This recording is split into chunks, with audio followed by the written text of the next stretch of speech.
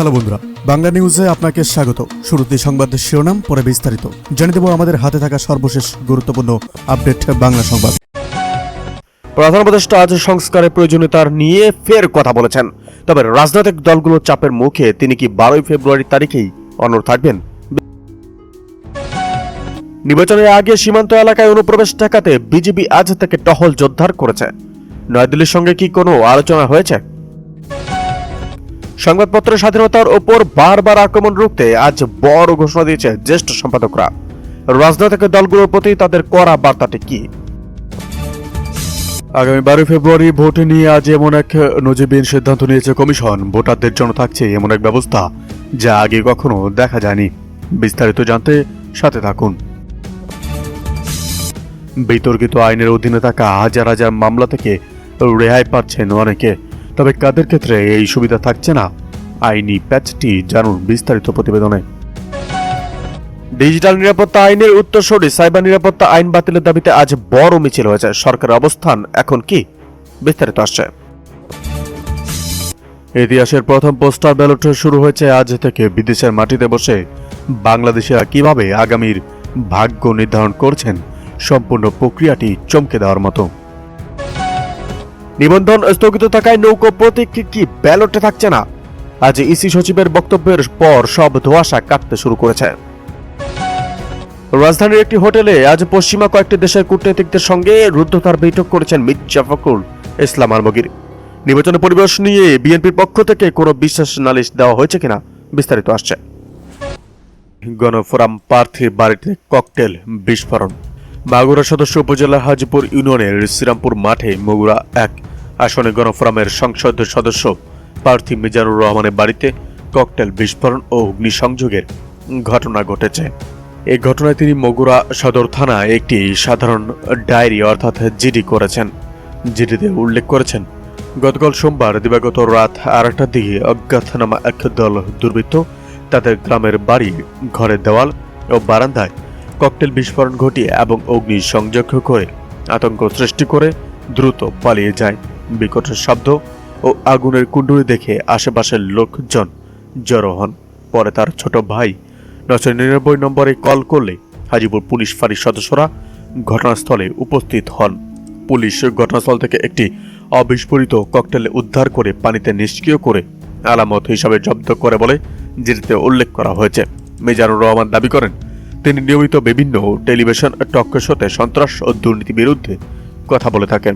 এ কারণে অজ্ঞাতনামা দুর্বৃত্তরা তাকে ভয়ভীতি প্রদর্শনের উদ্দেশ্যে এ ধরনের নাশকতা চালিয়ে। এদিকে বিএনপির অভিযোগের পর জামায়াত, এনসিপি সহ 4 দলকে ইসির সতর্কবার্তা। ত্রয়োদশ জাতীয় সংসদ নির্বাচনের প্রচারণা নির্ধারিত সময়ে শুরুর আগেই মাঠে নামায় বাংলাদেশ জামায়াতে ইসলামী। জাতীয় নাগরিক পার্টি সহ 4টি রাজনৈতিক দলকে সতর্ক করেছে নির্বাচন কমিশন। মঙ্গলবার নির্বাচন কমিশনের পক্ষ থেকে সংশ্লিষ্ট দলগুলোর প্রধানদের কাছে এ বিষয়ে লিখিত সতর্কবার্তা পাঠানো হয়েছে। চিঠিতে নির্বাচনী আচরণবিধি কঠোরভাবে অনুসরণের নির্দেশ দেওয়া হয়। ইসির সতর্কবার্তা পাওয়া দলগুলো হল বাংলাদেশ জামায়াতে ইসলামী, জাতীয় নাগরিক পার্টি অর্থাৎ এনসিপি, ইসলামী আন্দোলন বাংলাদেশ, বাংলাদেশ খেলাফত মজলিস।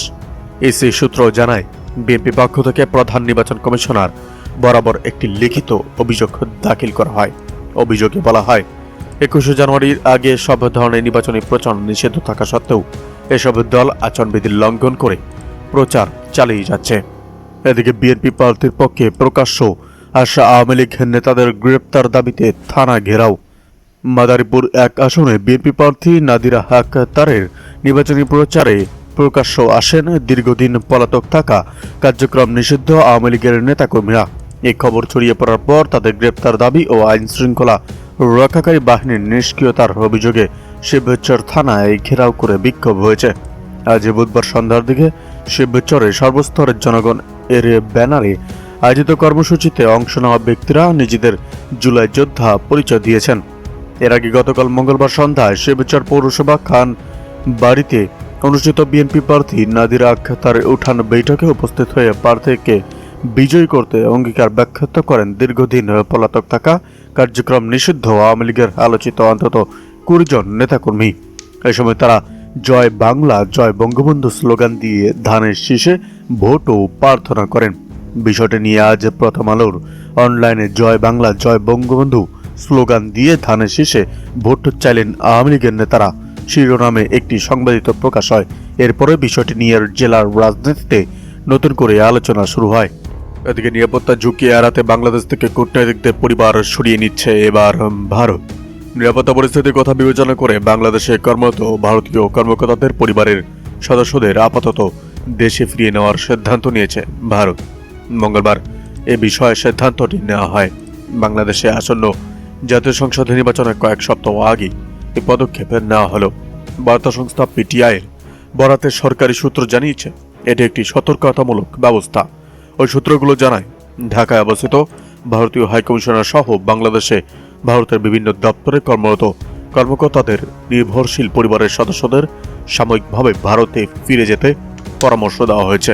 তবে সূত্রগুলো স্পষ্ট করে জানায় বাংলাদেশে ভারতের কূটনৈতিক মিশন এবং সংশ্লিষ্ট সব দপ্তর খোলা রয়েছে এবং আগের মতোই তাদের কার্যক্রম অব্যাহত থাকবে। এ সিদ্ধান্তে কূটনৈতিক কার্যক্রম বা সেবায় কোনো প্রভাব পড়বে না বলেও জানানো হয়েছে। এদিকে এক অপরাধে 3 সাজা, এই প্রশাসনের অধীনে কেমন করে নির্বাচন করি, যা বললেন রমিন ফারহানা। আসন্ন ত্রয়োদশ এবং জাতীয় নির্বাচনকে কেন্দ্র করে ব্রাহ্মণবাড়িয়া প্রশাসন পক্ষপাতমূলক আচরণ করছে বলে অভিযোগ তুলেছেন ব্রাহ্মণবাড়িয়া 2 আসনের স্বতন্ত্র প্রার্থী রমিন ফারহানা। এটা অপরাধের জন্য প্রশাসন থেকে 3 বার শাস্তি পেয়েছেন বলেও মন্তব্য করেছেন তিনি। সোমবার বিকেলে ব্রাহ্মণবাড়িয়া প্রেস ক্লাবের মিলনায়তনে আয়োজিত সংবাদ সম্মেলনে এ প্রশাসনের ভূমিকা নিয়ে এসব অভিযোগ তোলেন এই স্বতন্ত্র প্রার্থী রমিন ফারহানা। বলেন, 2 দিন ধরে দেখলাম ফেসবুকে 2টি চিঠি ভেসে বেড়াচ্ছে। প্রথম চিঠিটি ফেসবুকে দেখলাম, এটা কিন্তু আমার কাছে আসে